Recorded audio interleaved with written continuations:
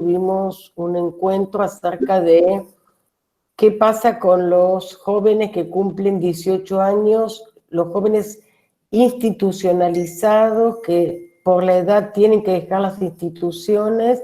Bueno, la diputada Carla Carrizo consiguió que se vote, que se vote y se apruebe una ley de acompañamiento económico. Hola Sabina, como decía, bueno, consiguió que la diputada Carla Carrizo que se apruebe una ley de acompañamiento a los jóvenes que cuando cumplen 18 años que puedan tener un apoyo hasta que se puedan insertar en la comunidad. También hemos tenido otro encuentro acerca de sexualidad, diversidad, género. Bueno, hemos tenido muchos encuentros y vamos a seguir teniéndolos, si todo va bien. Nos tenemos que cuidar todos del coronavirus. Así que bueno, me parece eh, que es una oportunidad esta que nos brinda el espacio de la diputada Carla Carrizo y su gabinete.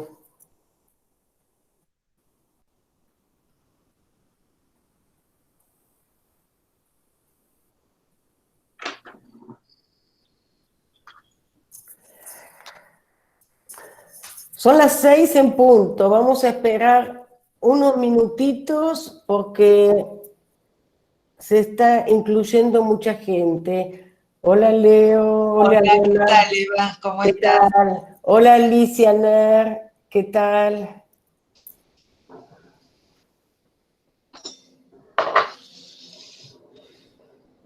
Hola Eva, te pude contestar. Sí.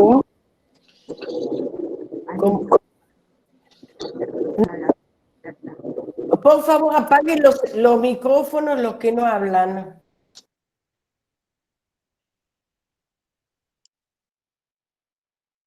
¿Alguien quería decir algo? Vamos a esperar unos minutitos porque estamos muy justos en las 6 y hay muchos interesados, muchos inscriptos. Hay también gente de Venezuela, de Honduras.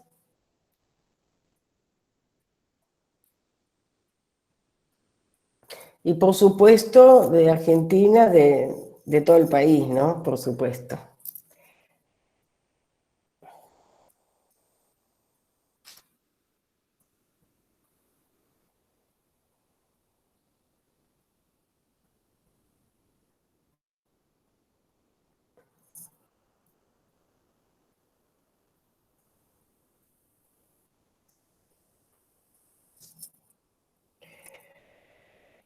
Esteban y Laura, cuando ustedes quieran, me dicen y comenzamos. Hola Eva, hola a todas, todos, ¿cómo están? Buenas tardes, gracias por la invitación nuevamente. Ahí quedó que arrancaba Laura, así que, bueno, no sé si cuando quieran, yo estoy ya listo. Bueno, entonces, como siempre, me presento yo, que voy a exponer también, pero soy digamos, la coordinadora de este espacio, y hoy nos acompaña Esteban Paulón, lo mismo que la otra vez, un especialista en el tema, y Laura Moses, y muchos otros especialistas. Así que quizás también hay familias o personas que estén interesadas en el tema, bienvenida sea, porque acá lo importante no es ser especialista, sino poder dialogar en confianza. Bueno, yo soy la licenciada Eva Rottenberg, soy psicoanalista, soy miembro didacta de la Asociación Psicoanalítica Argentina y de la Internacional, especialista en niños, familia, patología mental severa, etcétera. Bueno, muchas cosas, pero soy miembro representante de tema de diversidad y género en América Latina, es decir, de la Asociación Psicoanalítica Argentina, y tengo un libro sobre homoparentalidades, nuevas familias, que lo conocen bastante, y además tengo muchos trabajos científicos publicados en Argentina y en otras revistas científicas de distintos países. A mí me interesa mucho el tema desde la familia y desde la infancia, especialmente. Bueno, primero, vos, Esteban, ¿quién va a empezar? Laura, primero le voy a dar la palabra a nuestros invitados de lujo y después voy a decir yo unas palabras, vamos a hablar poco para poder intercambiar. Esteban, ¿vos vas a comenzar o Laura? Bueno, como quieran, es lo mismo, Esteban, si querés arrancar. Ningún problema. Bueno, dale, Esteban. Dale, si quieren, presentate primero. Bueno, ¿qué tal? ¿Cómo están? Buenas tardes. Mi nombre es Esteban Paulón, soy director ejecutivo del Instituto de Políticas Públicas LGBT, que es una organización no gubernamental que trabaja sobre la formulación, monitoreo de propuestas de política pública, un poco en base a la experiencia que me tocó conducir 2015-2019 en la Subsecretaría de Políticas de Diversidad Sexual del Gobierno de la provincia de Santa Fe. De allí nos quedaron proyectos a desarrollar y cuestiones a profundizar, así que el instituto de alguna manera se propone llevar adelante esa tarea y, por supuesto, instrumentar algunos proyectos con distintas entidades gubernamentales y no gubernamentales. Y también soy activista de la Federación Argentina de Lesbianas, Gays, Bisexuales y Trans, bueno, que estamos prontos a celebrar 10º aniversario de la Ley de Matrimonio Igualitario, y por supuesto agradezco muchísimo a Eva, a Carla, a Laura, compartir este momento. Y bueno, yo voy a hacer alguna breve introducción para que nos escuchemos y después podamos intercambiar. Y de antemano adelanto que 7 menos 10 me hago vapor, porque a las 7 tenemos un programa especial en Facebook Live por los 10 años del matrimonio igualitario con senadores y senadoras de ese momento que votaron la ley, así que cortan acá y se nos van al Facebook de la Federación.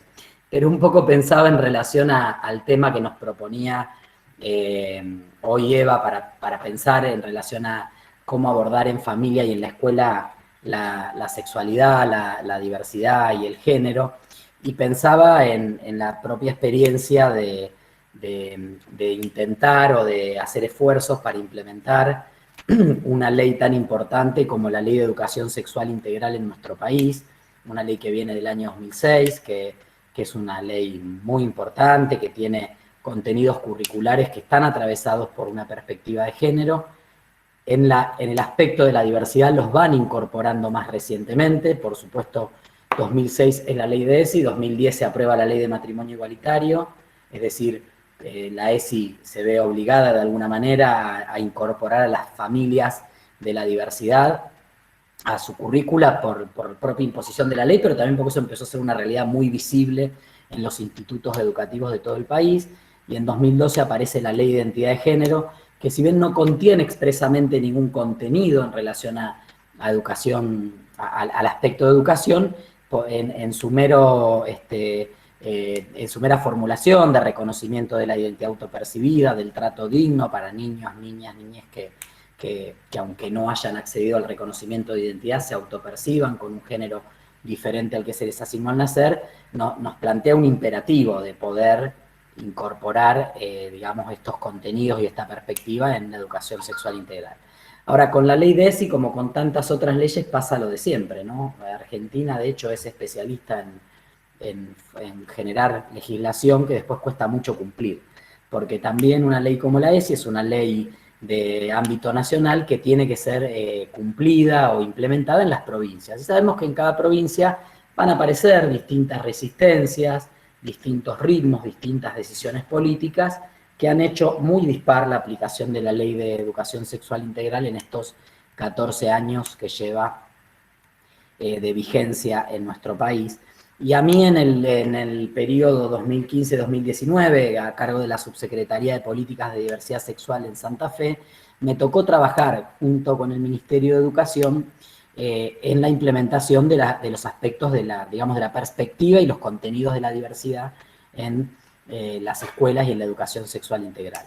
No solo como un contenido curricular, sino también como una serie de herramientas de capacitación, protocolos de adecuación de circuitos y de mecanismos dentro de las escuelas para que la inclusión plena de niños, niñas y adolescentes LGBT de la diversidad sexual no sea una mera enunciación, sino que efectivamente sea un derecho que pudiera ser gozado.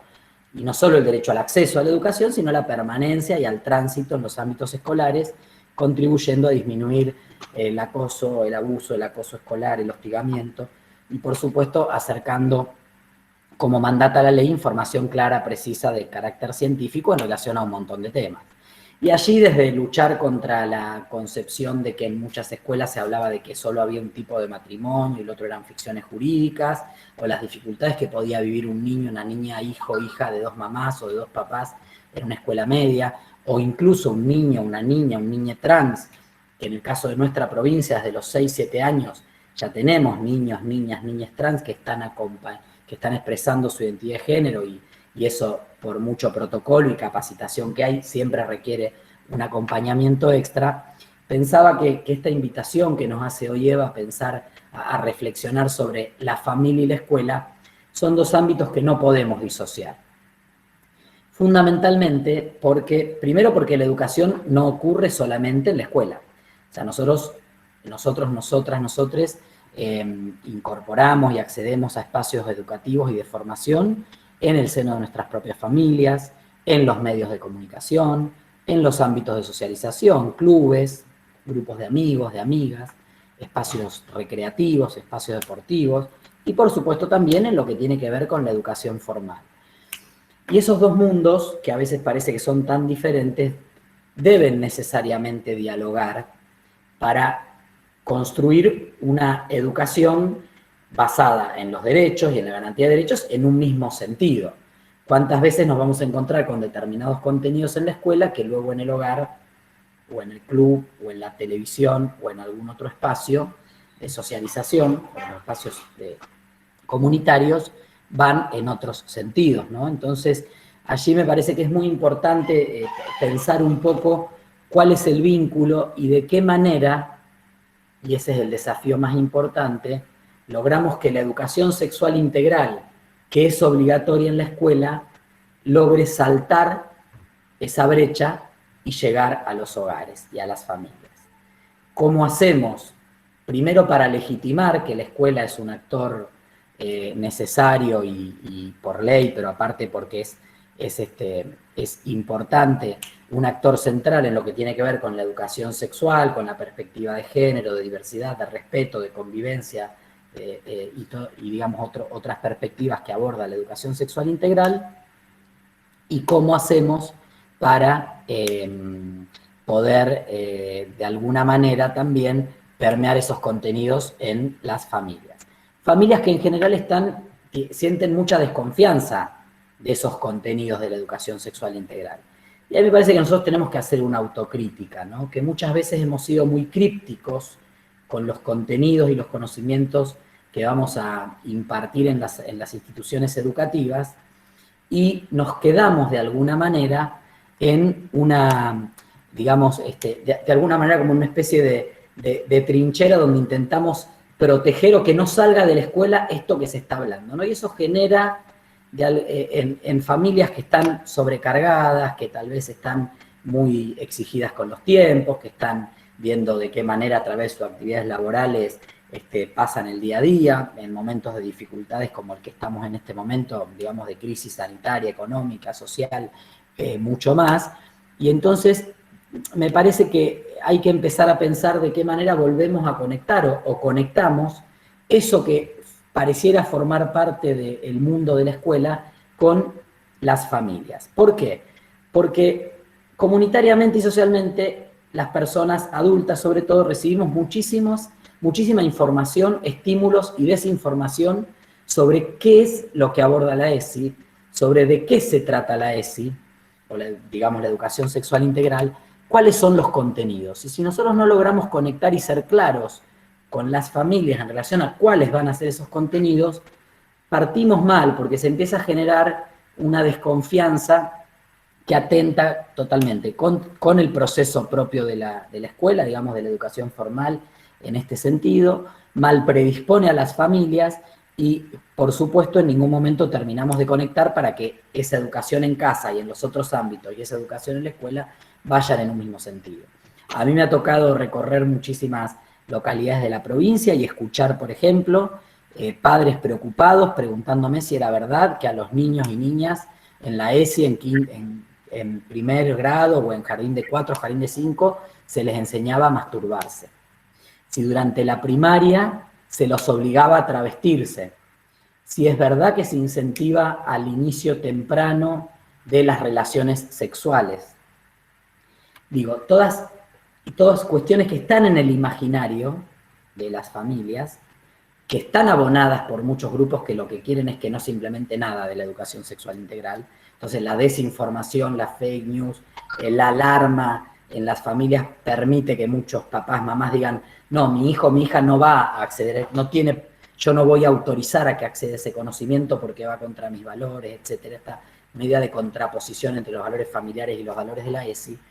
Y justamente cuando, en la experiencia nuestra concreta, cuando logramos conectar con las familias, y de hecho desde el año pasado, no sé, bueno, este año no hubo mucho tiempo para continuar porque empezó la pandemia, pero el año pasado, por ejemplo, en los primeros días de clase de los niveles iniciales de educación, el ministerio y las escuelas convocaban a papás y a mamás a las escuelas, 4 años, 5 años, 6 años, para contarles y compartirles cuáles eran esos contenidos, para desactivar de antemano este rumor y estas cuestiones que circulan. Entonces, cuando los papás y mamás, y con esto ya voy cerrando, cuando los papás y mamás observaban que lo que les habían dicho que era masturbación, en realidad era cuidado del propio cuerpo, prevención del abuso sexual infantil, en una idea clara que es mi cuerpo es mío y solo yo puedo tocarlo, o sea, no es que puedo tocarlo a los 4 años para masturbarme, sino que solo yo soy dueño de mi cuerpo y nadie puede sobrepasar. Bueno, ahí aparecía un apoyo, dice, no, usted le está dando herramientas a mi hijo para prevenir el abuso sexual infantil. Y cuando hablábamos de que durante los años de primaria se enseña la diversidad como un valor y se habla de las diversas formas de familia, que esto no incentiva ni empuja a nadie, ni obliga a nadie, ni a ser gay, lesbiana, bisexual, trans, ni ninguna de estas cuestiones que a veces circulan también, o que en la secundaria vamos a incorporar contenidos de relaciones no violentas, cuidado a través de métodos anticonceptivos para evitar embarazos no deseados e infecciones de transmisión sexual, e incluso cuando logramos explicarle a los papás y a las mamás que uno de los contenidos de la ESI tiene que ver con que las personas puedan decidir cuándo iniciarse, y eso no quiere decir iniciarse temprano, entre comillas, porque eso dependerá de cada quien, si es temprano o tarde, sino es decidir iniciar cuando uno esté preparada, con la persona que se sienta en confianza, etcétera, etcétera. Cuando esa información llega claramente, realmente el cambio es enorme. Por eso me parece que esta invitación que hoy nos hace Eva a pensar un poco de este tema, creo que tenemos que repensar nuestras prácticas desde donde, que no dejan de ser prácticas militantes, aunque no lo parezcan, una visibilidad en una escuela, un consejo en algún lado, un diálogo que podamos hacer como docentes, directivos de una escuela, con las familias para llegar con los contenidos y para desactivar todas estas cuestiones, sin lugar a duda van a redundar en una mejor llegada de los contenidos de la ESI a los niños, niñas y adolescentes, y sobre todo lograr esa complementariedad para que lo que tiene que ver con la educación sexual, desde los valores familiares, pero también desde lo que nos marca la ley y nos establece el consenso científico en relación a educación sexual integral, no sean vistos como algo contrapuesto, sino como algo complementario, donde la educación no compite con los padres, donde la escuela no reemplaza la educación familiar y en valores, pero sí va a aportar elementos para que, de acuerdo a esos valores, cada quien pueda vivir esa experiencia de la propia sexualidad sin prejuicios, sin discriminación, con mucha mayor libertad para poder decidir por sí mismo y por sí mismo. Yo me quedo acá y después volvemos a debatir. Muchísimas gracias, Esteban, muy claro todo. Igualmente, seguramente te van a hacer preguntas.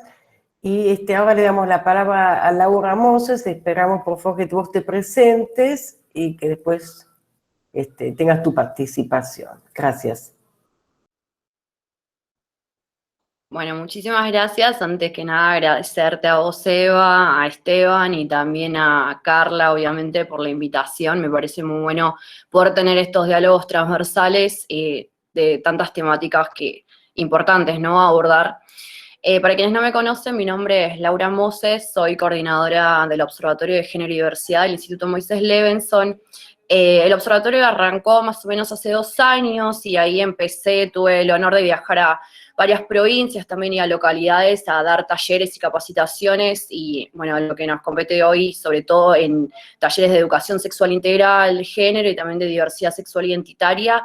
Y fue un poco ahí que empecé como a dimensionar la gran demanda que hay, ¿no? Y la falta del Estado.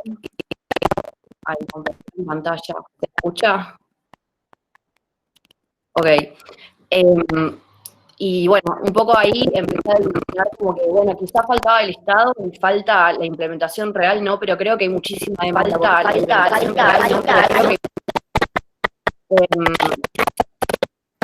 Ay, se escucha todo entrecortado.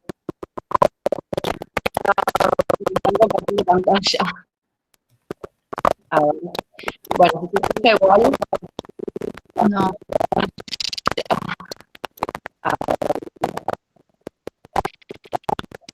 Liliana Rodríguez, tenés que dejar de compartir pantalla. Tenés que dejar de compartir pantalla. Ah, hay alguien que está compartiendo pantalla. No se puede compartir pantalla. Ahí está, ahora sí. Ahí Gracias, está, perfecto. Gracias, Maggie. De nada, de nada. Bueno, estaba hablando de esto, ¿no? De la gran demanda que surge y creo que yo voy a hablar un poco de la falta y el rol del Estado, ¿no? De cómo el Estado eligió la herramienta de la educación sexual integral de la ley como para garantizar y brindar el acceso a información de cómo cumplir y cómo los niños, niñas y adolescentes pueden acceder a la salud integral, ¿no? Y ahí el Estado eligió las instituciones educativas desde 2006 ya. Y creo que cuando hoy pensaba un poco, bueno, qué iba a contar, un poco de qué iba a hablar, la verdad que me parece muy alarmante y lamentablemente no es nada nuevo de que esto es ley desde 2006 y tenemos lineamientos curriculares básicos consensuados por un Consejo Educativo Federal desde 2008 y sin embargo hoy estamos lejos, ¿no?, de la implementación real. Creo que este cambio de paradigma, ¿no?, que la ley de ESI toma un poco desde la reforma de la Constitución, en el cual se incluye un montón de tratados internacionales, donde se cambia de paradigma, donde ya los niños, niñas y adolescentes no son sujetos de tutelaje, ¿no? Como bien Esteban decía, los contenidos que se brindan en los colegios son complementarios a la educación en las casas, porque el Estado decidió de que hay que brindar una herramienta concreta en las cuales los niños, niñas y adolescentes puedan ser conscientes que tienen derechos, ¿no? Y de cómo hacer uso de estos y cómo ejercerlos y cómo exigirlos. Porque también cuando hablamos de la salud integral, ¿no? No hablamos solamente de sexualidad, género y diversidad como propia de la persona, sino que podemos aplicarlo a todo, ¿no? Habla la educación sexual integral desde cómo nos relacionamos con el otro, con la otra, cómo exigir nuestros derechos cuando vamos a un centro de atención primaria, por ejemplo, cuando hablamos de acceder y de poder cumplir con nuestros derechos en temas de sexualidad, reproducción sexual y reproductiva. Entonces, como creo que está siempre presente nuestra sexualidad, el género y la diversidad, ¿no? Cuando hablamos, juegan un rol constantemente cuando hablamos de cómo acceder a nuestros derechos. Creo que, como decía, es alarmante que no estemos pudiendo cumplir con esta ley y quiero un poco abrir el debate a cuáles son los motivos y en consecuencia cuáles son las oportunidades, pero también los desafíos que tenemos acá de cara al futuro, ¿no? Y creo que lo que está claro es que sigue faltando, y algo que se viene ya reclamando hace varios años, es una falta de asignación presupuestaria, que bueno, ahora claramente en un contexto de crisis es complicado, pero sin embargo creo que ahí está muy bien, se marca la voluntad política que hay para que se pueda bajar los contenidos y que se implementen efectivamente en las escuelas, pero también una falta de consenso, ¿no? Y por eso una falta de voluntad política. Creo que algo que quedó claro fue en 2018, ¿no? Con el debate por la interrupción voluntaria del embarazo, un poco quedó claro ahí de que hay ciertas trabas, hay cierta falta de voluntad de avanzar con contenidos concretos, sobre todo lo que tiene que ver con el respeto a la identidad, ¿no? El respeto a la identidad sexual identitaria, y también ahí tenemos que hablar un poco de faltan contenidos, ¿no? Formalmente la ley de identidad de género que tenemos desde 2012, y bueno, Esteban ha hablado un poco de eso, ¿no? Falta incluir, falta hacer énfasis en identidades trans y de poder abordar bien eso, porque eso, digamos, es parte de los derechos humanos, es parte de poder velar, de hacer cumplir. El derecho a la identidad es una realidad que ya tenemos, y bueno, falta de poder ver un poco cómo podemos encontrar estos consensos, ¿no? Creo que un poco también podemos poner los sectores más conservadores o más eclesiásticos, que quizás se resisten más a estos contenidos, a veces más conocidos también bajo el hashtag de con mis hijos no te metas. Creo que ahí tenemos que trabajar también y ponernos a pensar, ¿es por una falta de presencia del Estado o es falta de no saber los contenidos? Como bien Esteban hablaba de las familias, hay desconfianza, desconocimiento y por tanto una resistencia a esto. Entonces pensar estrategias de cómo podemos sumar voluntades, cómo podemos acercar el Estado y también de esta manera poder encontrar aliados en las instituciones educativas, ¿no? Porque creo que las voluntades por parte de los y las protagonistas, que son los niños, niñas, adolescentes, creo que eso no falta en muchos casos. Eso lo he visto mucho en las provincias y en pueblos más chicos, como creo que las nuevas generaciones tienen muy claro qué es lo que quieren y saben muchísimo contenido, pero lamentablemente todavía no está reglamentado dentro de los contenidos curriculares educativos, ¿no? En la práctica. También porque en parte quizás se piensa que es como, bueno, sexualidad, género y diversidad es más solamente identidad, pero la ESI también lo contempla de una manera transversal, ¿no? Creo que eso también es importante incluir. Cuando hablamos de educación sexual integral, hablamos de recuperar parte de nuestra historia como mujeres, identidades disidentes, ¿no? También, o sea, también hablamos de esas partes, o sea, no es solamente los sujetos de derecho claramente, pero también viene con toda una coyuntura alrededor que también es derecho de acceso a la información. Entonces eso es un poco, creo que ejes que debemos discutir de, bueno, cómo podemos sumar esfuerzos para construir realmente estas voluntades para que se garantice el acceso a la información, porque también es, en definitiva, debe ser una prioridad, porque hablamos de la educación. Creo que de muchas charlas de las cuales he sido parte, donde se discutía género y diversidad, creo que el puntapié inicial era insistir y remarcar, bueno, la educación debe ser la base de todo, ¿no? Entonces, bueno, la educación es el pilar, debe ser una prioridad, y a veces cuando se habla de ESI, se ve como algo que se puede patear un poco, porque es género, porque ahora no es una prioridad, pero debe ser una prioridad porque es el comienzo para que los niños, niñas, adolescentes sean conscientes de que son sujetos de derecho, que tienen estos derechos y que los pueden exigir, ¿no? Es, creo que también parte de construir una democracia más sana y más participativa desde una temprana edad. Y justamente los convenciones, o sea, los tratados internacionales contemplan esto, son sujetos de derecho con autonomía progresiva, como bien dice la ley y como bien también dice nuestra Constitución. Entonces, eso creo que para quienes somos activistas y quienes queremos también empoderar niños, niñas, adolescentes, creo que ellos son los protagonistas, ¿no? Ellos, ellas y ellas, y a veces también hay una cierta infantilización de parte de la política y por parte del activismo, y creo que es fundamental incluirlos y escucharles también, porque es un poco su bandera política también. Ellos lo ven como algo político en parte. Algo que me llamó la atención y creo que el fenómeno un poco que quiero traer al debate es Ofelia Fernández, que hoy en día es legisladora. Ella comenzó en su momento en los colegios a exigir la real y efectiva implementación de la educación sexual integral. Esa fue su bandera y por eso también en parte tuvo tanto apoyo y ella representa en parte eso, ¿no? Entonces creo que ahí hay una representación, se sienten representados las juventudes, los niños, niñas, adolescentes, sobre todo, por esto. Entonces yo creo que el activismo y las prioridades de una agenda política que incluye estas temáticas debe estar a la altura de las circunstancias también para poder llevar esto como una prioridad. Como que hay una demanda, ¿no? A esto quiero ir. Creo que, bueno, invito a que pensemos un poco en conjunto qué podemos hacer para sumar esfuerzos, y creo que más que nada en estos tiempos de incertidumbre, hoy más que nada debe ser una prioridad, porque sobre todo cuando hablamos de salud integral, esto es un bloque fundamental que nunca se puede dejar de lado, ¿no? Porque hablamos ahí de poder cumplir con derechos que van a determinar las oportunidades que los niños y niñas adolescentes tienen, ¿no? Sobre todo cuando hablamos de derechos sexuales y reproductivos, ¿no? Acceso a anticoncepción, a la no discriminación, todo esto puede...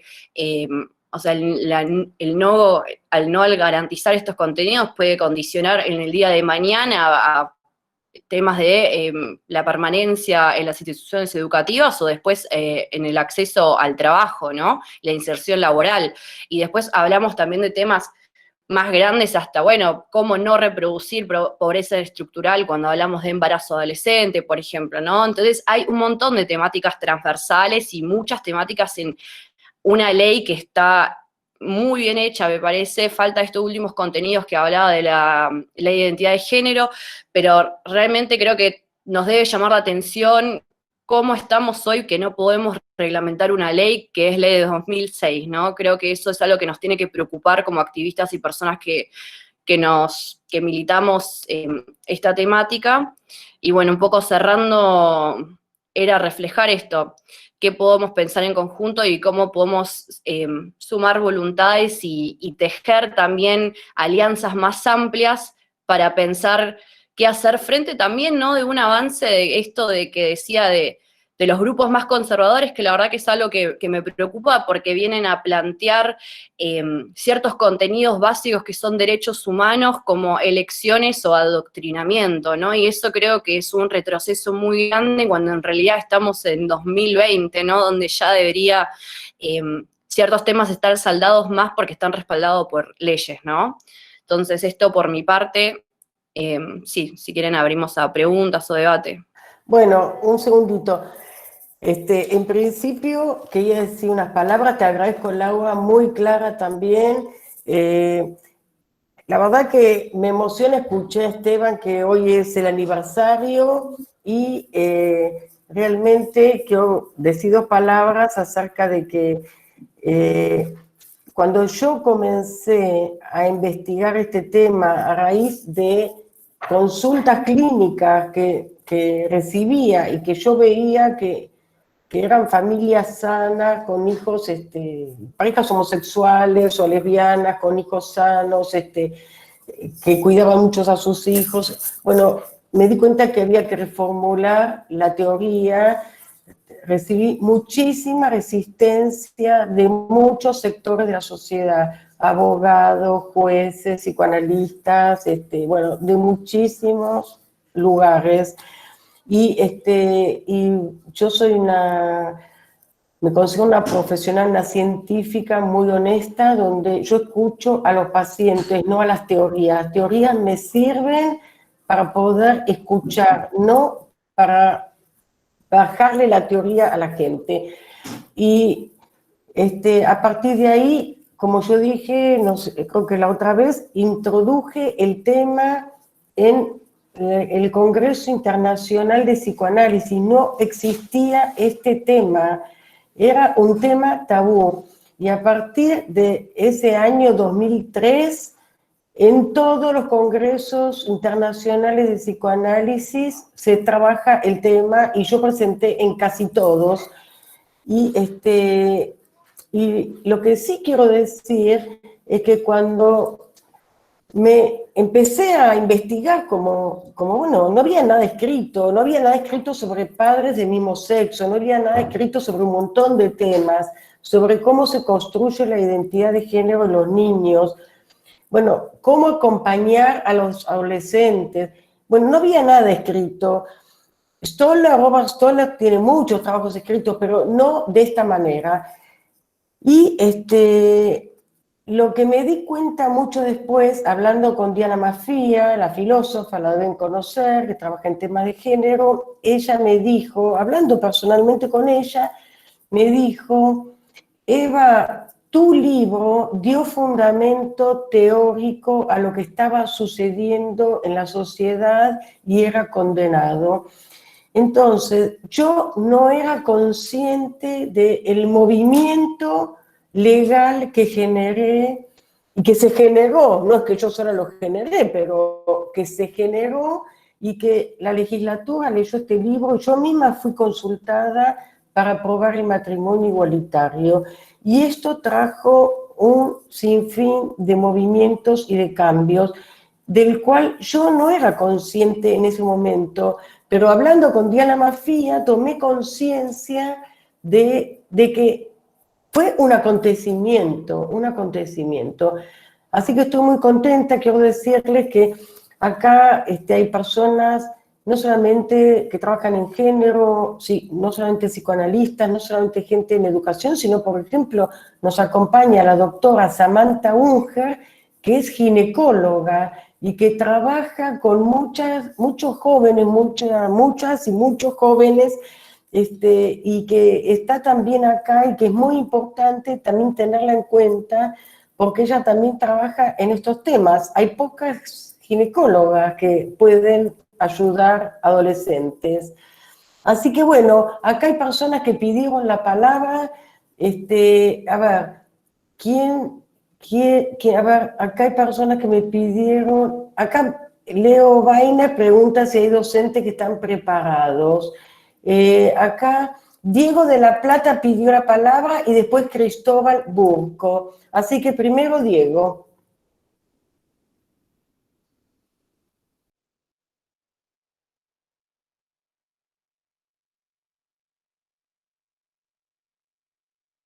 Diego, ¿estás? Si no, que hable primero Cristóbal Burco y después Diego. Cristóbal Burco. Acá estoy.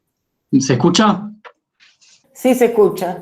Bueno, primero, buenas tardes. La verdad que muy interesante lo que estuvieron hablando.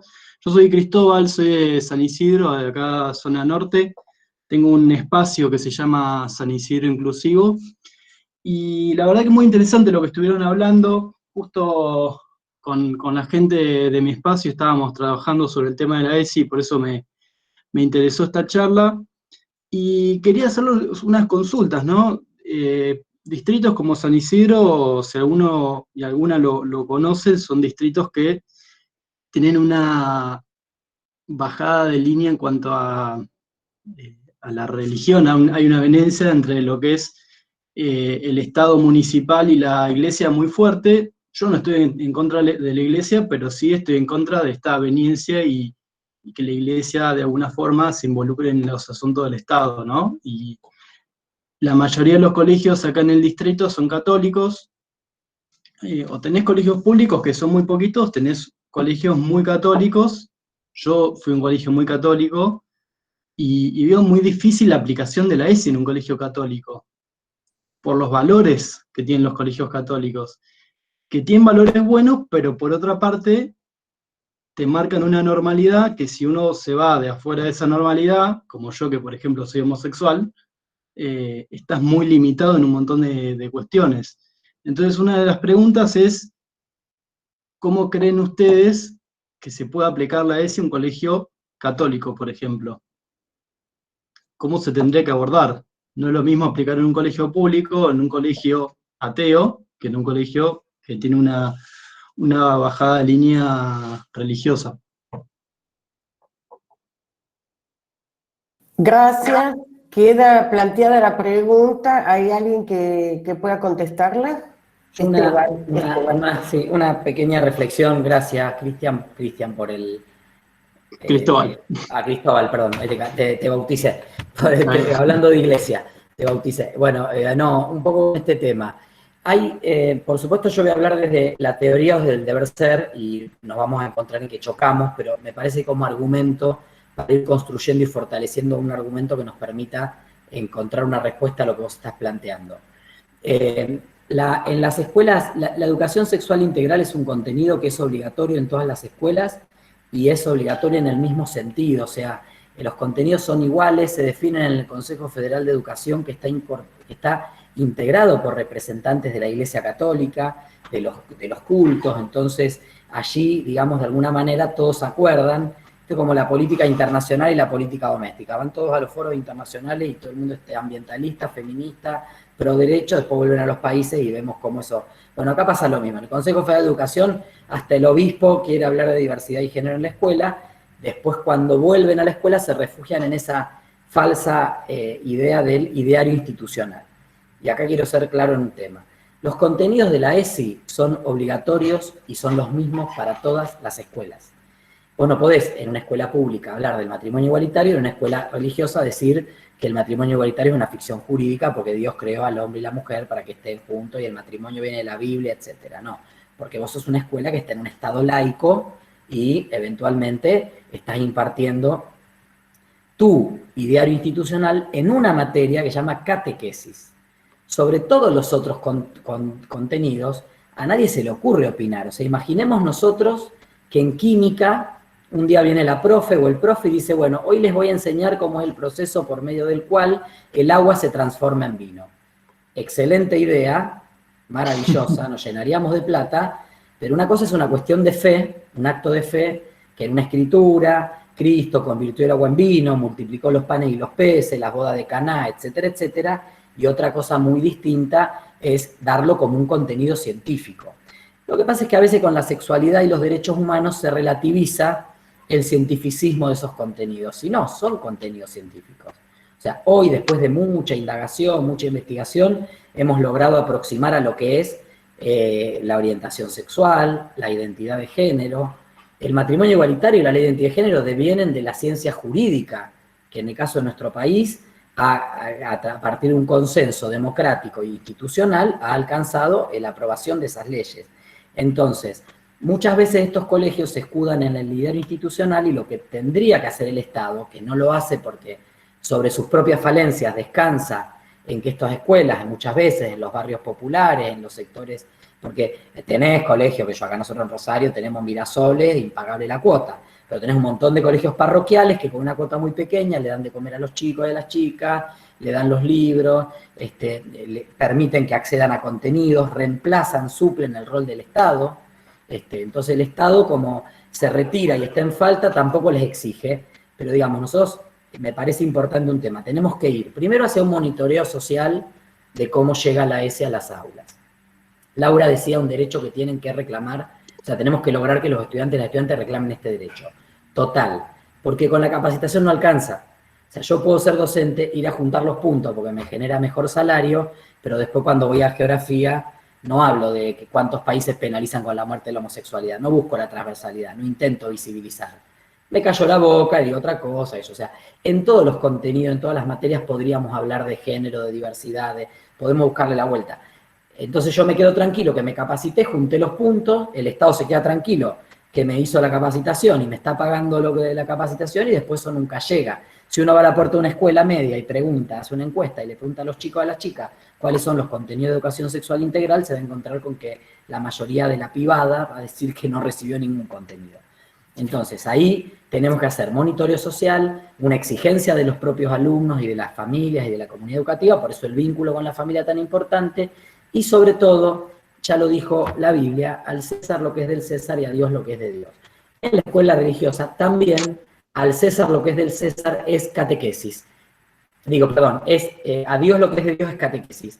Y al César lo que es del César es todos los otros contenidos que son comunes a las escuelas, porque la escuela iguala, y las escuelas son de gestión privada, no son privadas y no pueden definir enseñarte matemática 2 más 2, 7, porque le sacarían la matrícula. Entonces, empezar a entender que la educación sexual integral y la educación en derechos humanos es un contenido tan importante y tan relevante como matemática, lengua, geografía, historia, y hay un saber científico, no es opinable o de acuerdo a mi ideología. Para tu ideología tenés catequesis, y por eso los chicos, las chicas van en otro horario a catequesis y aprenden los misterios de la fe, y tienen derecho, por supuesto, a la libertad religiosa. Esteban, la verdad que sí, estoy de acuerdo absolutamente. De todos modos, me parece que la pregunta de Cristóbal es válida, porque una cosa son las leyes y otra cosa son los prejuicios, las ideas, los valores, las religiones, etcétera, etcétera.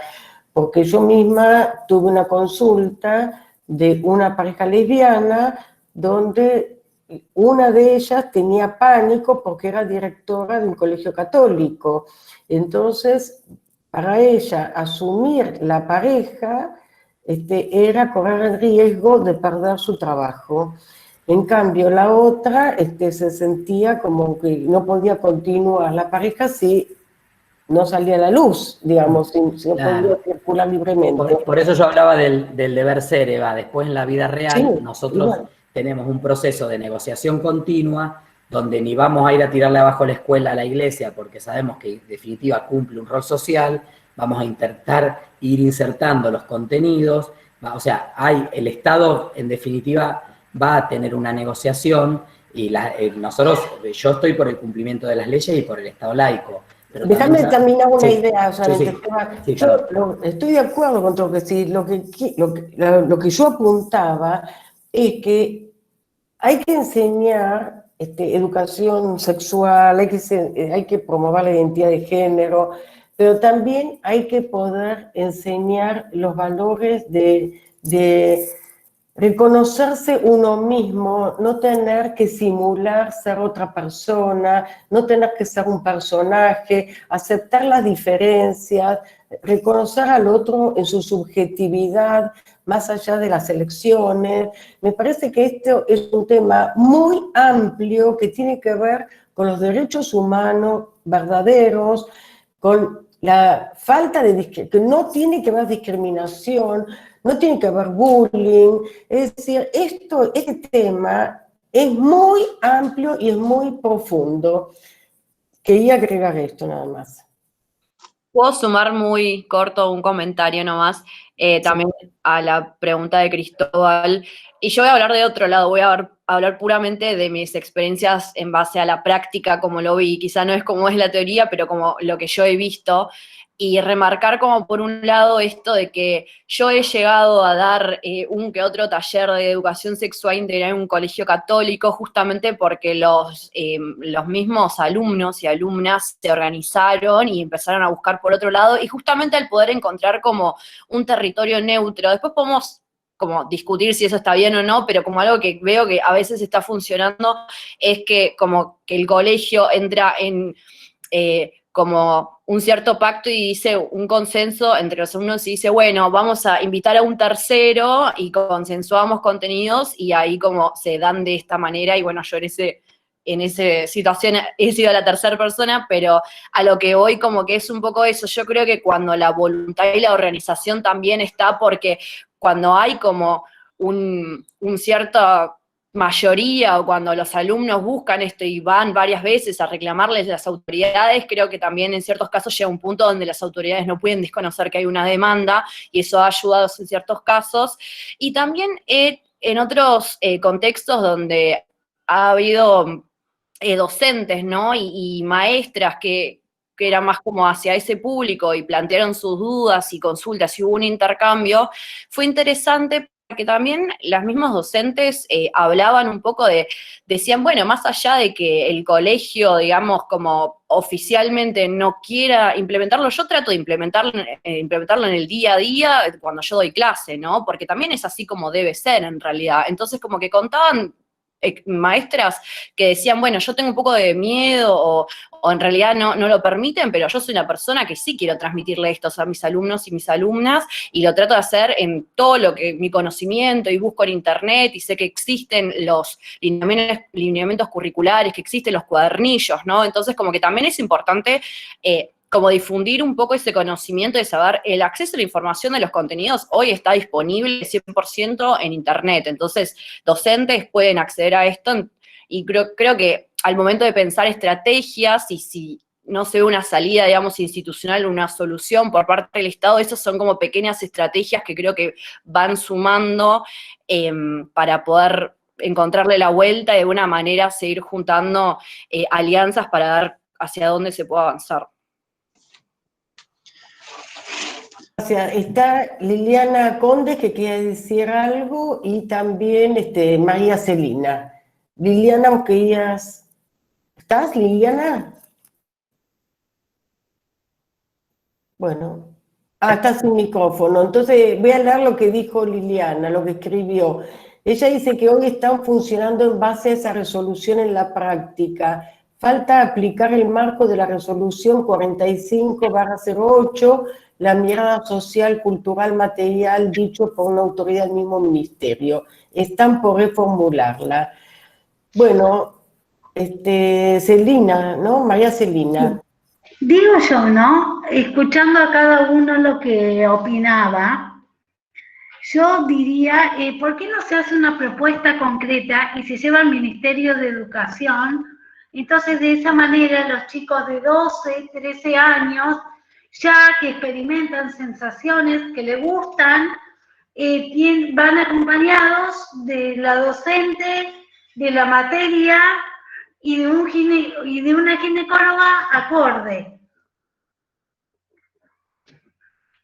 Bueno, gracias por tu propuesta. Yo creo que el Ministerio de Educación está trabajando. Hay todo un equipo, Esteban seguro que participa, Laura también, deben estar. Es decir, hay profesionales trabajando. Gracias. ¿Quién más quiere participar? La doctora Samantha Unja, que quizás quiera contar alguna de las consultas que recibe. Y Diego de la Plata también quería participar. Diego, por favor. Ante todo, ¿se escucha? Sí. Agradecer la invitación, ante todo, para presentarme un poco, ver el perfil, la primera imagen, ¿no? Si entran a mi Facebook, tengo fotos en mi Facebook con dos papas, con dos sumos pontífices, ¿no? 17 años tuve una revista de formación docente que dirigida a colegios católicos. Soy de generación de familias católicas. Entonces, un poco utilizando las palabras que se utiliza con el tema del virus, que es una guerra, un poco esta situación casi es como de dos bandos en guerra, cuando tomando las palabras de Esteban, sería mucho más fácil lograr que las dos partes se conozcan para perderse el miedo. Yo he tenido la experiencia de ser un poco el rebelde de la familia en muchas cuestiones y abierto a la cuestión humana. Por ejemplo, aquí en La Plata soy el único, no perteneciendo al Consejo Deliberante, que presenté un proyecto de inclusión de las travestis cuando se quiso colocar y oficializar una zona roja. Yo lo que ofrecí en una ley, una resolución del Consejo Deliberante, es que se le dé capacitación laboral, se le dé un subsidio, etcétera, para que salgan de la prostitución, no para facilitarlas. Entonces, y tuve mucho apoyo de parte del obispo, que cuando vio mi proyecto de ley, yo pensando que me lo iba a tirar en la cabeza, me borró 4 palabras de 27 hojas. Entonces, viendo un poco, y antes de eso yo fui 10 años gerente de empresas del Grupo Clarín, con lo cual tuve la oportunidad de contactarme y ver distintas realidades. Entre esas realidades está el tema de que en la religión católica está muy mal visto, o estaba muy mal visto, el tema de que estamos tratando aquí, cuando hoy en la realidad el tema ha cambiado mucho dentro de la iglesia. Yo acá en La Plata tengo una directora de un colegio católico que es travesti, la directora.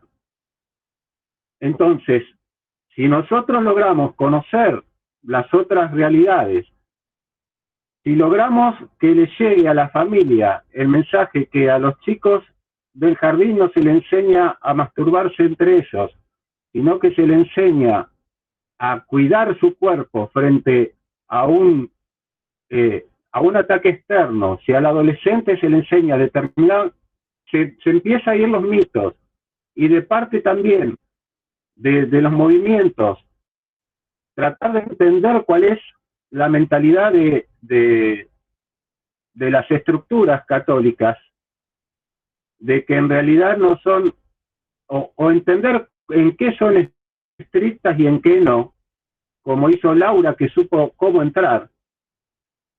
También se puede lograr cómo entrar. Yo cuando estaba en el canal vi el tema del matrimonio igualitario, una nota, lo que se denomina la nota cruda. Cruda es toda completa. Y después lo que salió al aire.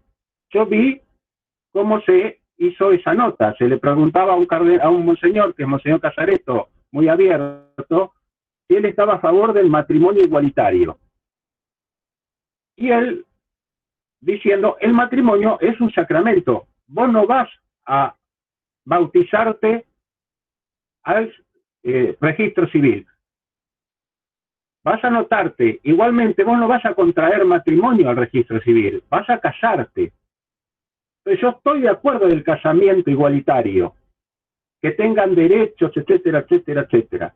Pero no el matrimonio, porque el matrimonio es en la iglesia.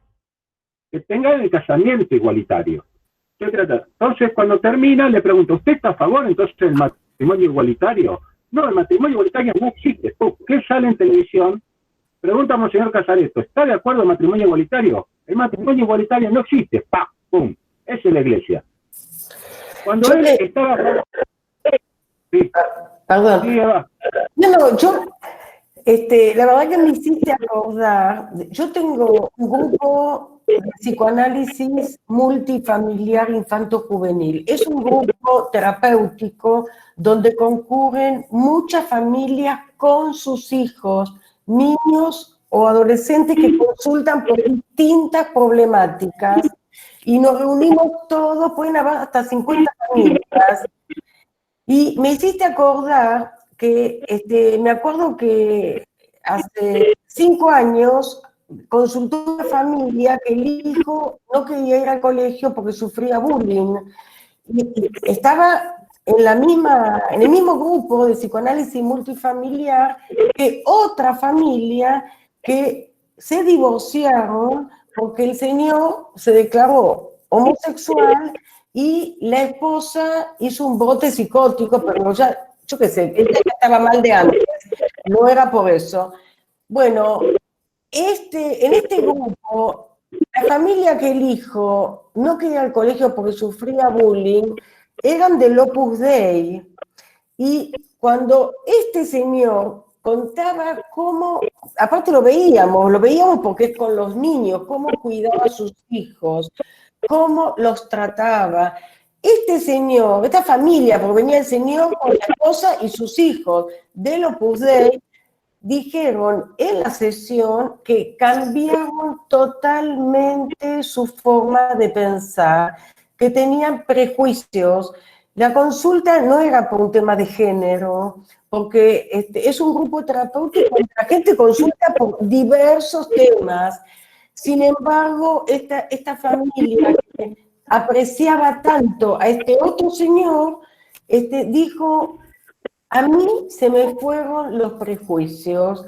Así que yo creo que es muy importante no hacer grupos separados, no reunir a grupos de acuerdo a las consultas, sino que al revés, estar con todas las personas como personas, porque a todo el mundo le puede suceder algo y puede consultar por algo. Entonces la gente se empieza a conocer y es la manera de perder prejuicios. Quería aportar esto. Me hiciste acordar. Sí, es fundamental eso, Eva, por eso me gustó lo que decía Esteban, que es fundamental que hablamos de las dos partes que se conozcan, que pierdan el miedo y conozcan la otra parte, ¿no es cierto? Y juntas trabajen para lograr, porque si uno va duro a decir, como por ahí dijo Esteban, que a Dios lo que es Dios y a César lo que es César, sí, pero ahí Jesús, si lo tomamos desde el punto de vista político, olvídate religioso, Jesús no está hablando de política, no, porque los romanos eran quienes habían invadido Israel. Él realmente enfrentaba él se metía en política porque enfrentaba a los fariseos todo el tiempo, que eran sus gobernantes, no los romanos. Los romanos se habían metido ahí y después se iban. Él hizo política. Cuando usan la frase a Dios lo que es de Dios o al César lo que es del César, es como que Jesús nunca se metió en política, no, se metió en política. Entonces hay que entender al otro para saber, porque se metió en política porque los fariseos los mataba, y los fariseos eran los que gobernaban a su pueblo. Además, los fariseos son los que lo crucifican.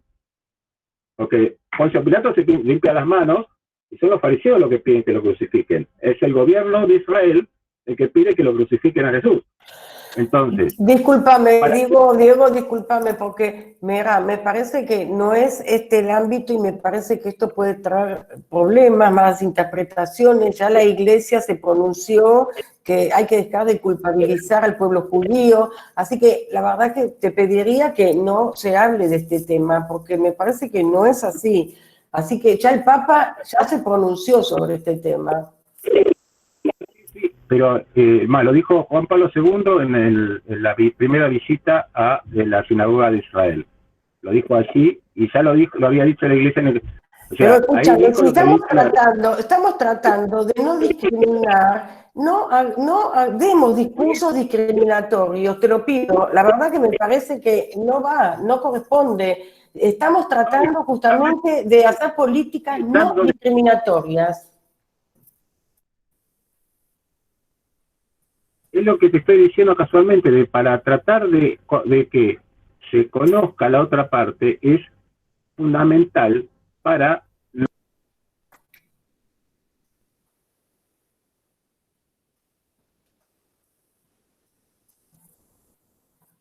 No sé, se cortó, yo no sé, se cortó, alguien te silenció, no sé, yo no fui, yo no fui. No fui yo, aviso. Ah, ya está, ya tenés vos de vuelta. Este concepto que es importante conocer a la otra parte, Yo he trabajado con la hermana Arce de Neuquén, que tiene un hogar para las chicas travestis, tiene un hogar que ha construido gigante y que fue recibida por Francisco en varias oportunidades apoyándola, ¿no?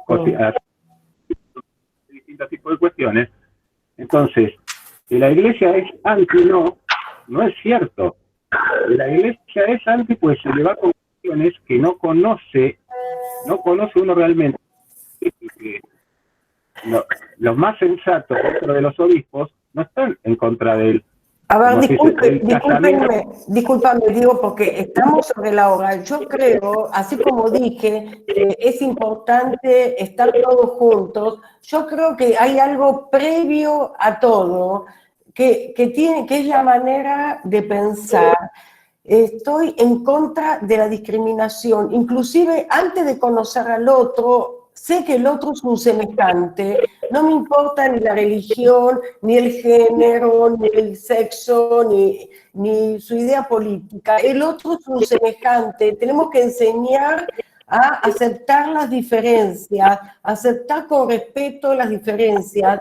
Entonces me parece que Acá estoy recibiendo, viste, muchos mensajes que me están escribiendo, que no solamente, mira, ni la iglesia, ni los colegios judíos, ni los musulmanes, tenemos que aceptar las diferencias, porque si no, vamos a hablar solo de la sexualidad y vamos a dejar que el mundo siga siendo una bomba de tiempo. Entonces, yo creo que la verdad que Jesús, lo voy a decir, fue un pionero, un revolucionario, fue una persona que quiso hacer el bien. No me gusta que en nombre de Jesús se siga culpando, por ejemplo, a los judíos de haberlo matado, porque me parece que es muy injusto y no quiero convertir este espacio ni en lugares de religión ni en lugares de política. Tenemos que hablar de los temas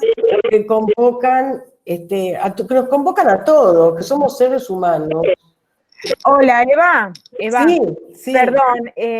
Bueno, buenas tardes. Aprovechando que esto que estás diciendo, que de aprovechar el espacio para temas que convoquen a todos y todas, yo aprovecho, como sé que está terminando ya el encuentro, que estamos sobre la hora final, a invitarlos a escribirnos al mail de la diputada, al mail institucional. Yo trabajo con la diputada Carla Carrizo.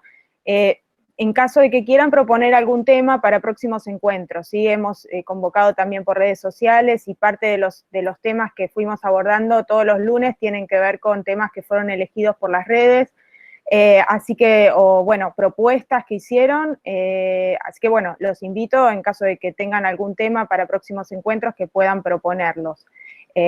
Y gracias Eva, gracias Laura, gracias Esteban, que ya se fue, y a todos, sí, que estuvo muy, muy bueno, muy interesante. Nada más.